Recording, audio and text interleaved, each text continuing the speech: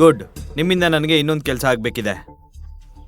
ಈ ಕಂಪನಿಯ ಚೇರ್ಮನ್ ಶೇಖರ್ ಆನಂದ್, ಅವನ ಮಗ ಕಬೀರ್ ಆನಂದ್ ತುಂಬ ಹಾಳಾಗಿರೋ ಹುಡುಗ.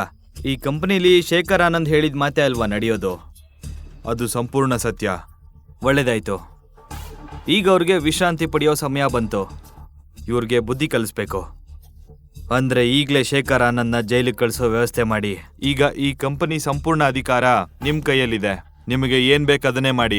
ಬೇಕಿದ್ರೆ ನೀವೇ ಚೇರ್ಮನ್ ಆಗಬಹುದು. ಬೇಡ ಪಟೇಲ್ ಅವರೇ, ನನಗೆ ಚೇರ್ಮನ್ ಪೋಸ್ಟ್ ಬೇಡ.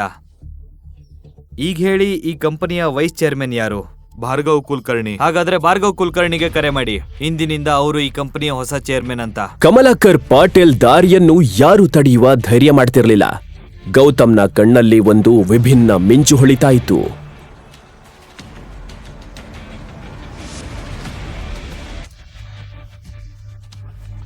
ಗೌತಮ್ಗೆ ಅನ್ವಿತಾಳ ಚಿಂತೆಯಾಯಿತು. ಅವಳು ತನ್ನ ಜೀವನವನ್ನ ಪಣಕ್ಕಿಟ್ಟು ಆ ಕಬೀರ್ನ ಬಳಿ ಸಹಾಯ ಕೇಳಬೇಕಾಗಿತ್ತು.